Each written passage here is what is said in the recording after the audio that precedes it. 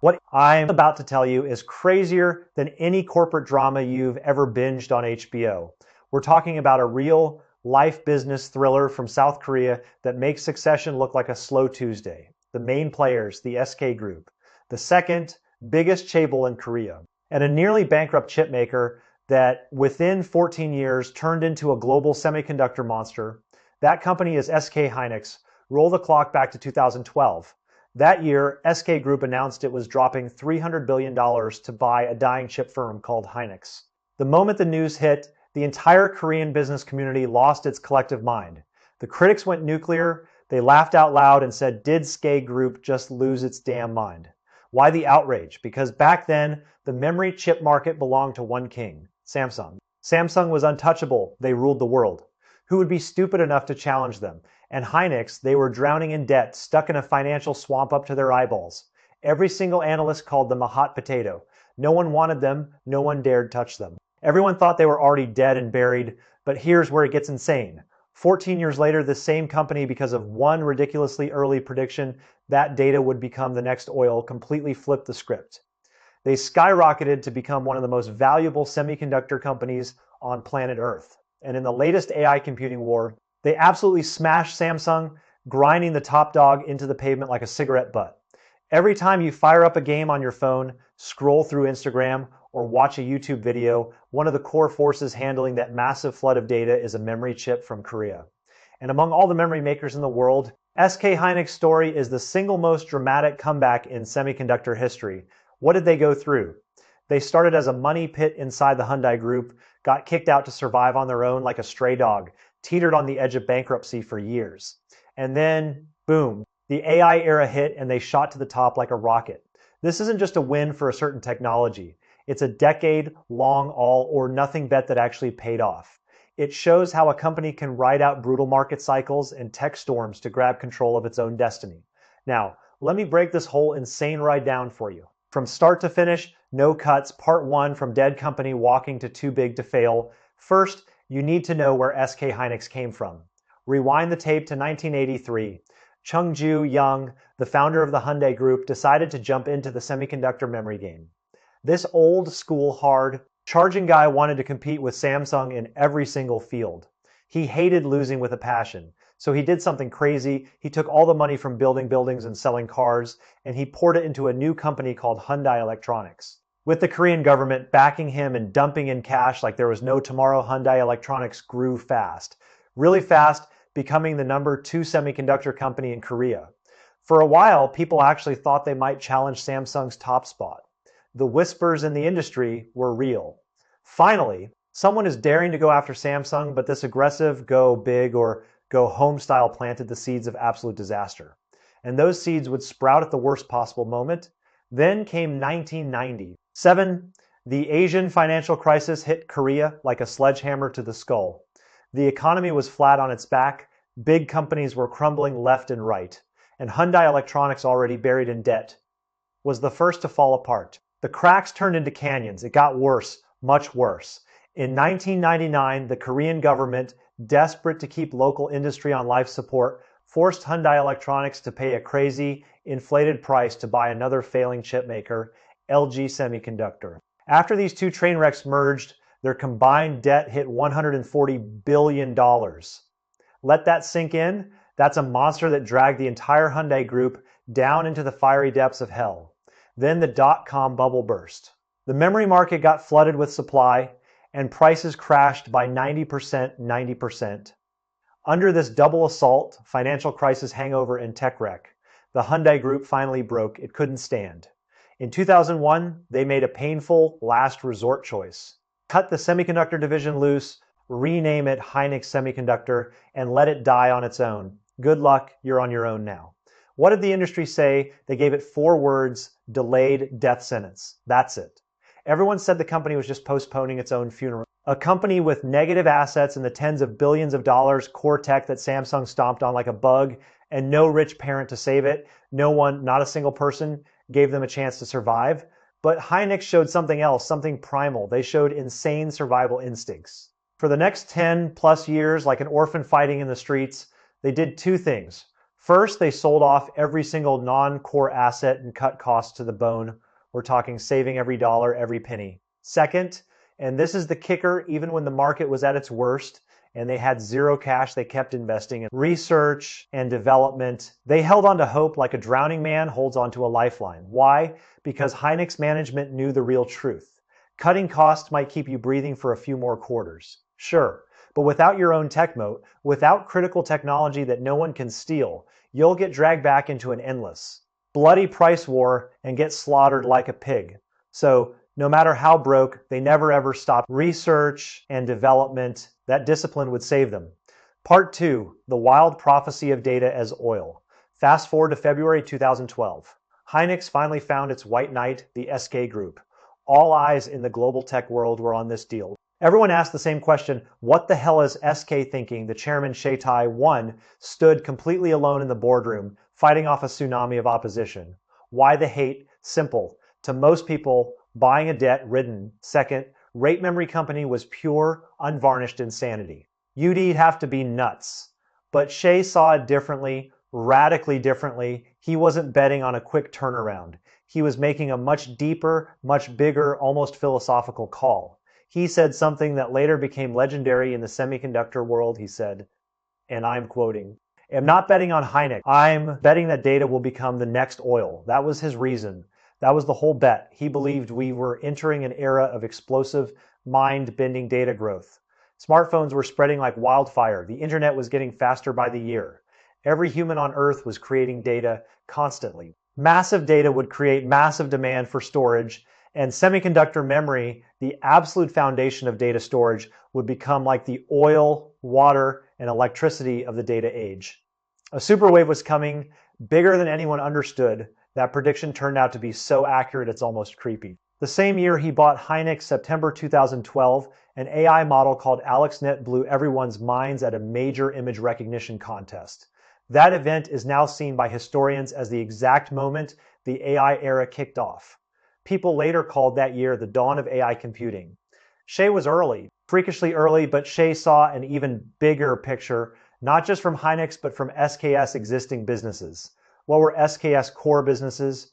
Energy, chemicals, telecom, solid businesses? Sure, but those industries have wild boom and bust cycles. When oil prices drop or chemical prices crash, you're completely screwed, long-term stable growth weak. But semiconductors, especially data storage as the backbone of the digital age, offer more stable, massive, long-term value because humans will only create more data. That trend is not turning back, ever. So Shay made his call. He bet the farm. Betting on data is betting on the future. That became the core operating logic for this dying company's new owner. Everything flowed from that, beyond his big picture trend prediction. One tiny internal project at Hynix caught Shay's eye like a laser. It was called high bandwidth memory, what we now know as HBM. Since 2009, 3 full years before the acquisition, Hynix had been quietly working with AMD on this super advanced technology that no one knew what to do with. Back then, most people had never even heard the term HBM. It was fringe stuff. Let me break it down for you simply. Traditional memory is like a single-story suburban house. Flat data moves in and out using roads. Those are circuits. More roads and wider roads mean faster data. But a one-story house can only have so many roads. There's a physical limit, HBM. HBM is a skyscraper. It uses insane, cutting, edge tech like 3D stacking and silicon vias to stack multiple memory layers on top of each other, like stacking pancakes. Now, data doesn't just run horizontally, it flies vertically too, between layers. The result, several times the bandwidth. The cost, absolutely insane. Back then, HBM was the weirdest, nerdiest, most unlikely bet in the entire chip world. Everyone thought regular memory is good enough. Why the hell would we make it so complicated and expensive? Nobody, and I mean nobody, saw a future in it, except Shay. But Shay saw something completely different.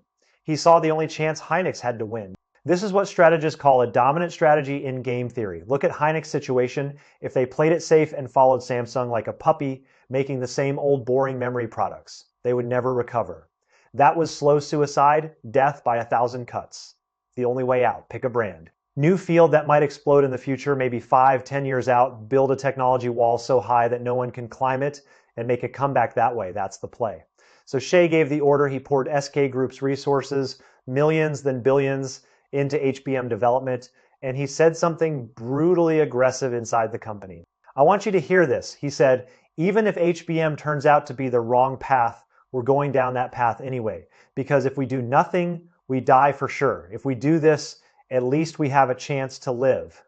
That's not a suit talking. That's the raw, bloody battle. Tested judgment of a guy who lived through decades of traditional industry ups and downs. He knew inaction is certain death. Action is at least a fighting chance. And then, almost like the universe wanted this story to happen, luck stepped in just 2 weeks after Seikei bought Hynix. Japan's memory giant Elpida finally collapsed and declared bankruptcy. Done, finito. That crash was enormous. It ended Japan's decades-long dominance in DRAM memory chips for good, and it created the perfect wide, open opportunity for the two Korean giants and one American rival. Who was that American rival? Micron America's Micron Technology bought up Elpida's assets for a song and nearly doubled in size overnight. Good for them. But here's the key. That bankruptcy completely changed the global memory market forever. It went from a messy, multi-country food fight, the US, Japan, Korea, Taiwan, Germany, all brawling, to a clean new era dominated by just three giants, Samsung, SK Hynix, and Micron. 3 players.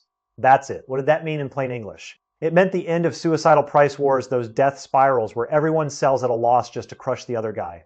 That nightmare could finally stop.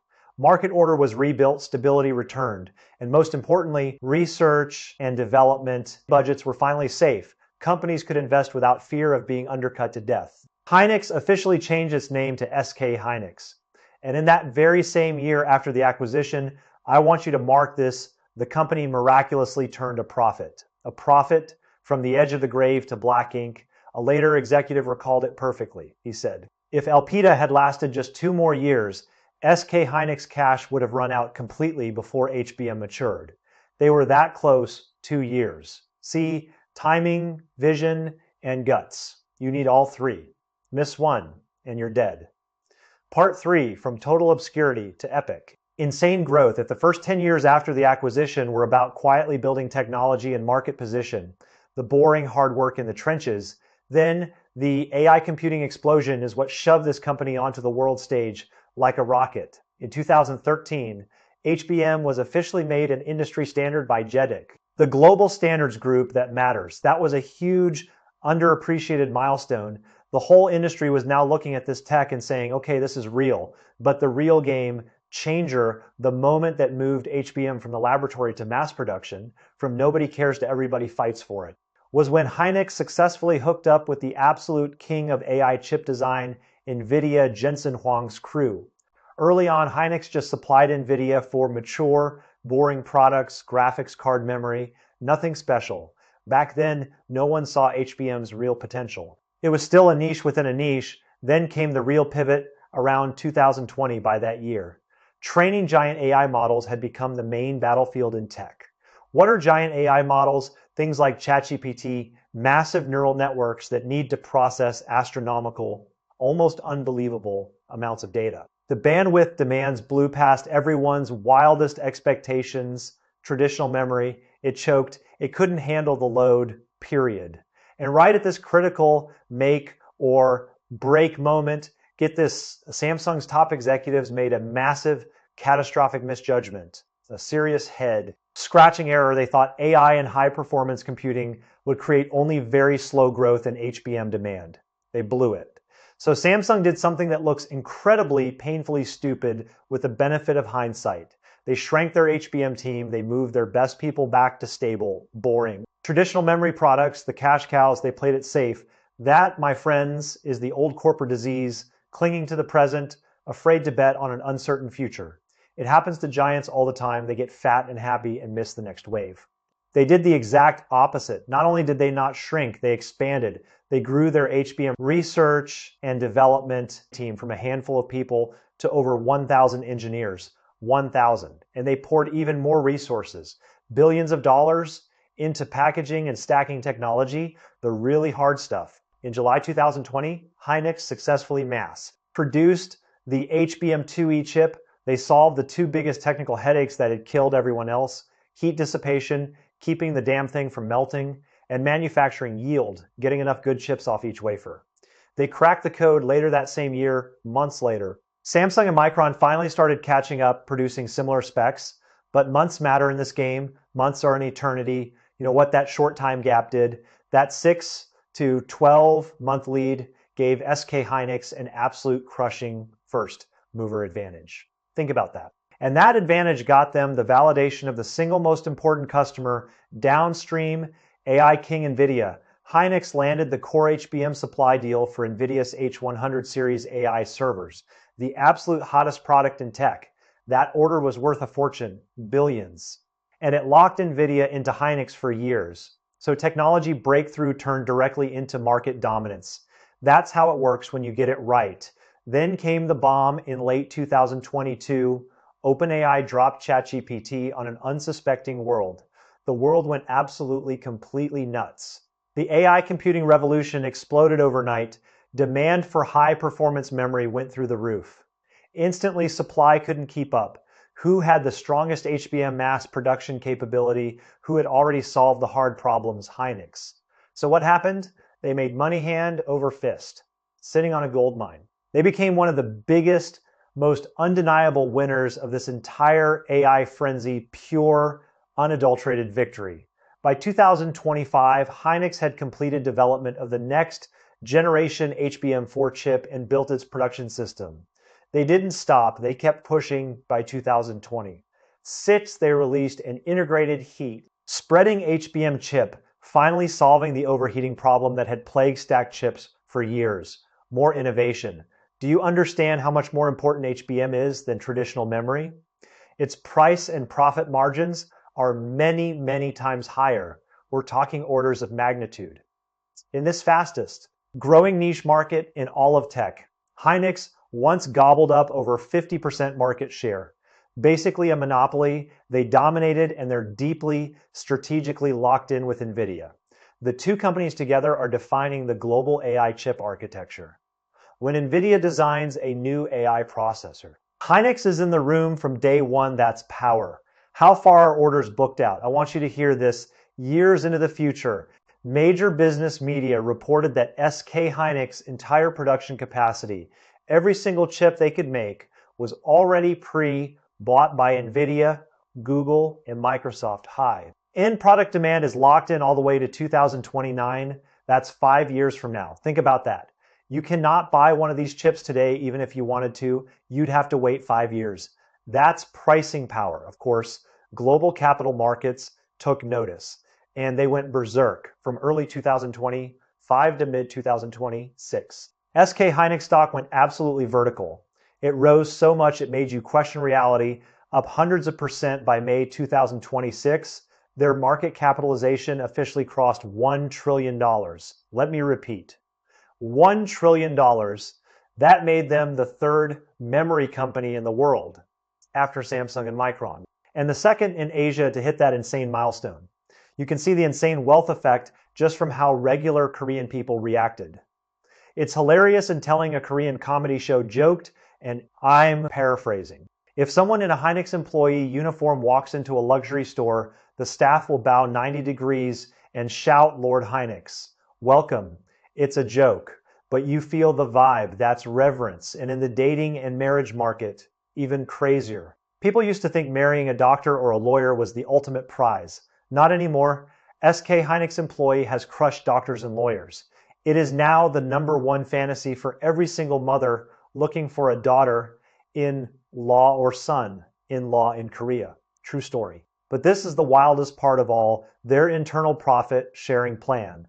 It's legendary, and I mean that sincerely. Here's how it works. They take 10% of their annual operating profit, just 10%, and split it equally among all 33,000 full-time employees worldwide, regardless of rank. A janitor on the factory floor gets the same bonus percentage as the CEO. That is almost unheard of in corporate capitalism. Especially in Asia, based on 2025 data, each employee, every single one, got roughly 140 million Korean won. Let me convert that for my American audience.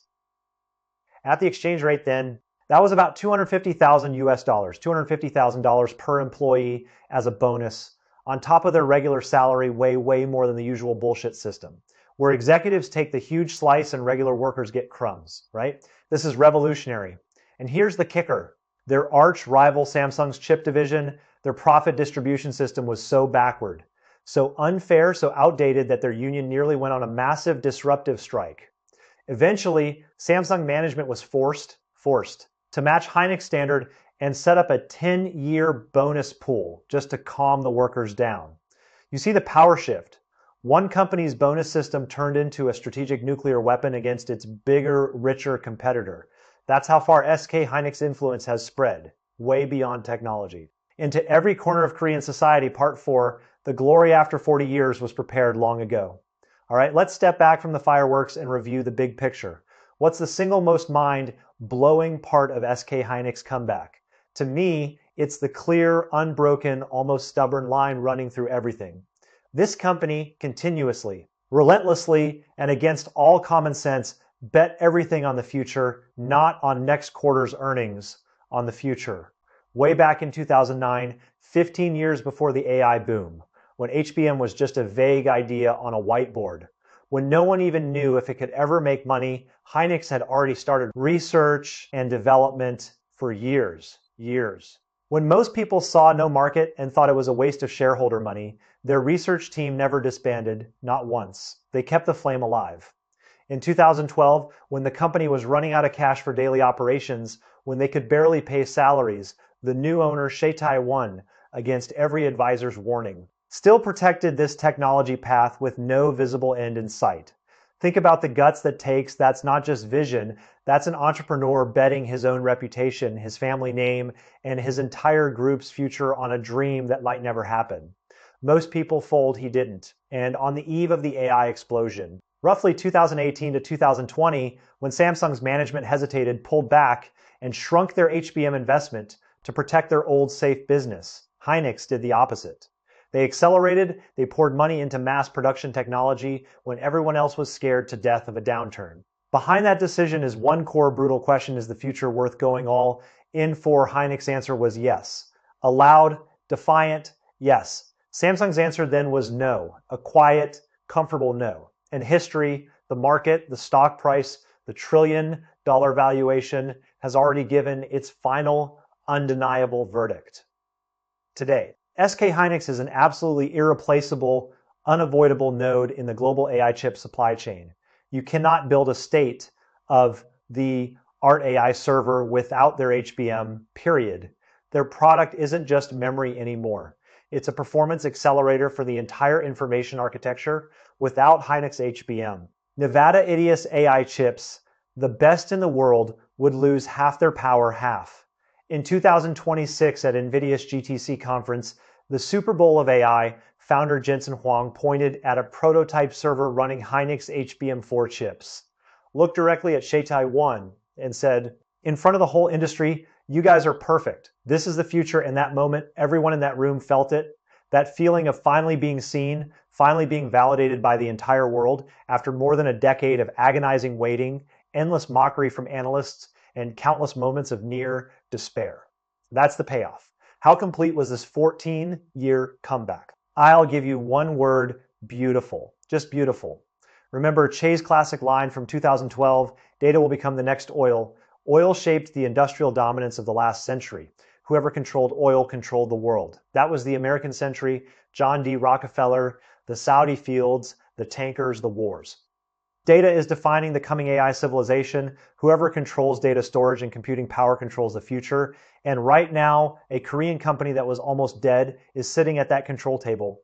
Half of SK Hynix legend is just riding the right wave, pure luck, timing, being in the right place. I'll admit that. But the other half, the bigger half, is pure, stubborn, almost stupid grit. It's the determination to see the future when nobody else does, and to hold on when everyone says you're crazy. Without that backbone, without holding on during the darkest, coldest years, no amount of luck would have mattered. Here's the lesson for every business. Every entrepreneur watching, those seemingly invincible market giants who look like they'll never be beaten, they can, without realizing it, miss the entire next technological era. They get comfortable in a forgotten underdog that everyone gave up on, that can, by betting on the right direction and stubbornly, even foolishly, sticking with it for years, completely flip the world's technology map upside down. Now, to be fair, and I'm nothing if not fair, HBM's breakthrough wasn't just Hynix doing, early collaboration with AMD, the standards work at JEDEC Advanced Packaging Technology Development, and the brutal performance demands from ecosystem partners like NVIDIA. All of it was necessary. Break any one link in that chain, and the whole thing falls apart. But at every single turning point in this history, the company that actually connected those scattered technology pieces to future market demand, that saw the whole chessboard instead of just one piece, was Hynix. They weren't blinded by short-term profits. They believed in the future, and they dared to make heavy, long-term, uncomfortable bets. On that point, the most important point, Hynix delivered. Today, as the global digital economy accelerates into hyperdrive, as AI spreads into every industry, every phone, every car, Shaitai One's prophecy about data will only be proven more true. An SK Hynix epic against all odds comeback will eventually be remembered, not just as a Korean company story, but as a perfect snapshot of an entire era's transformation from oil to data, from industrial might to algorithmic intelligence. All right? My American friends, that's the full story. No cuts, no shortcuts, long, detailed, and aggressive. Just like you asked. If you like this deep storytelling style breakdown, the kind where you actually learn something while being entertained, hit that like button, subscribe to the channel, and share this with anyone you know who's into tech, business battles, or just a damn good underdog story. Your support is what keeps me doing these deep dives. I'll see you in the next video. Peace out.